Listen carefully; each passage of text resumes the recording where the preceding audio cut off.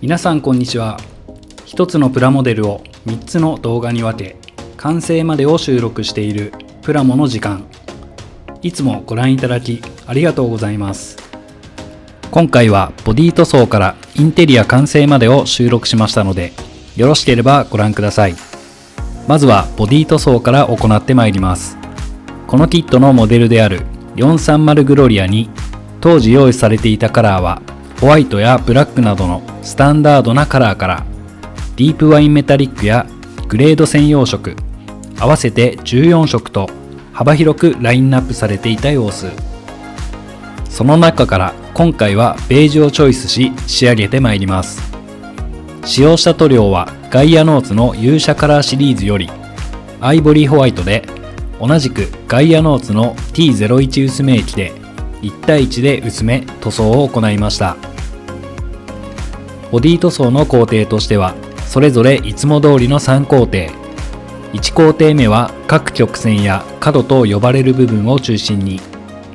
2工程目はルーフやボンネットなどを中心とした広い面積の部分、3工程目は各部ムラのないよう塗装をしていきます。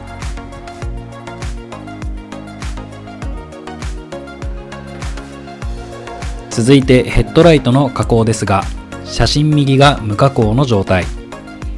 このままですと何とも言えないヘッドライトになってしまいますので、クリアパーツが接着する面を薄くし、なおかつ穴が開いている箇所を塞ぎ、しっかりとしたリフレクターになるよう加工していきます。まずはリューターで面を薄くなるよう削り、次に UV パテで穴を塞ぎ、反対側はプラ板を接着。形を整え、レジン液を流し込み完成です。この後塗装をし、ヘッドライトセンターに穴を開け、ハロゲンランプをインセクトピンで表現していきます。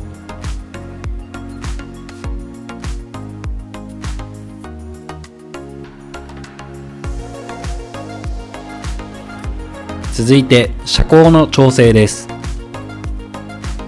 説明書通りに組み上げるとノーマルの遮光になりますが、今回目指しているのは渋い大人仕様ですので、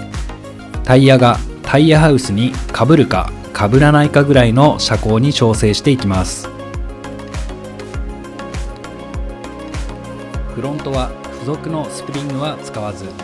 ジャンクパーツのポリキャップを2個プラス1個を3分の1ほどカットし、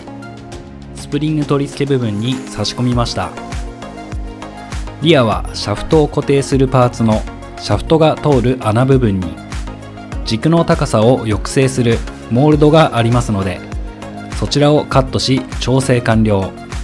フロントリアともに1ミリほど遮光を下げました。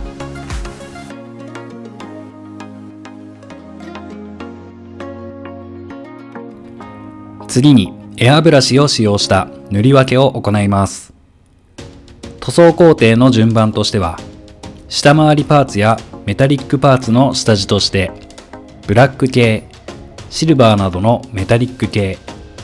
インテリアパーツなどメタリック系以外のカラーとなります。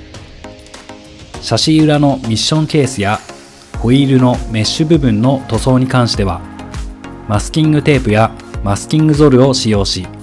マスクした上で塗装。またメタリック系の塗装工程では、素材の違いを演出するため、ミッションケースにはフラットアルミ、マフラーにはスーパーチタンを使用するなどし、工夫をしてみました。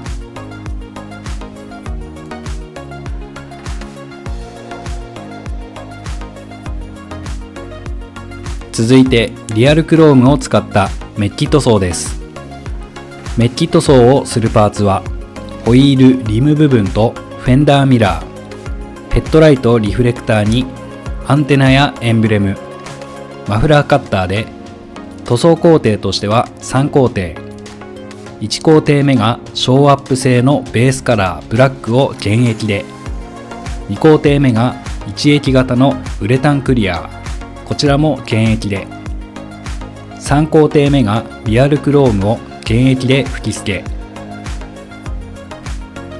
リアルクロームを吹き付けるときに気をつけたことは、エアブラシのエア圧は最小で、エアブラシから出てくる塗料のミストを塗面に乗せる感じ。パーツとエアブラシをなるべく離し、一気に吹かず、3から4回に分けて塗料を乗せていくときれいにできると思いました。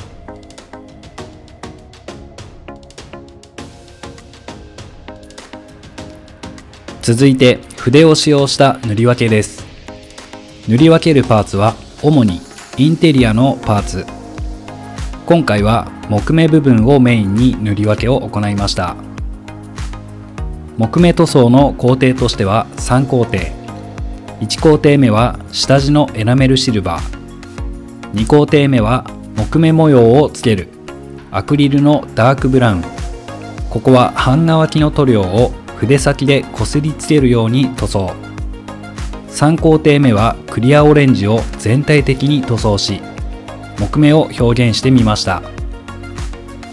その他にもエアコン温度表示マークには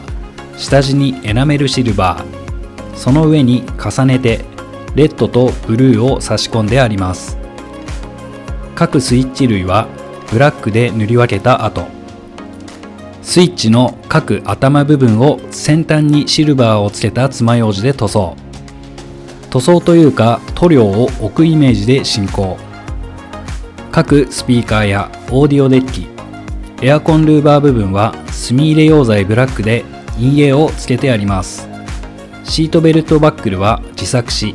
ブラックで塗装後、レッドをプッシュ部分に差し込んでみました。次にデカールの貼り付けです。デカールを貼り付けた箇所は、ボディのエンブレム、ナンバープレート、インテリアパーツとなります。特に難しい箇所はなく、気を使うとしたら、昔のキットなので、デカール破れに気をつけることでしょうか。各デカールを貼り付け、綿棒で水分と空気を除去し、パーツとデカールをなじませていきました。スピーカーはロンサムカーボーイとし、TSX11 のデカールを自作し貼り付け、雰囲気を演出。メーターパネルのデカールはしっかり水分を飛ばした後、レジン液を流し込み、ブラックライトを照射。パネルケースの表現とデカール保護をしておきました。続いて下回りの組み立てです。このキットは昔の青島の定番である使い回しシャシーだったと思いますが、過去に省略していたミッションケースの塗り分けや各ボルト類の塗り込みを行うだけで、こんなにも化けるシャシーになるとは思いもしなかったというのが今回の感想です。組み立てに関しては遮光調整も終わっていますので、慎重に組み立てていくのみ。フロントサス部分は遮光を下げたことにより地面側に隙間ができますので、ポリキャップをカットしたものを横から差し込み調整しました。リアはスプリングギミックを使用しないので、パーツをそのまま接着。強度を上げるためにセメダインハイグレード模型用接着剤で補強してあります。最後にインテリアの組み立てです。組み立て順としては、自作したバックル、カーペット、センターコンソール、リアシート、フロントシート、ダッシュボードの順で組み立てていきます。バックルはフロントは 3mm、リアは 1.5mm のプラ材をカット。フロントはシャシーに 0.8mm のピンバイスで穴を開けておき、そちらに差し込み、リアはシートに接着しました。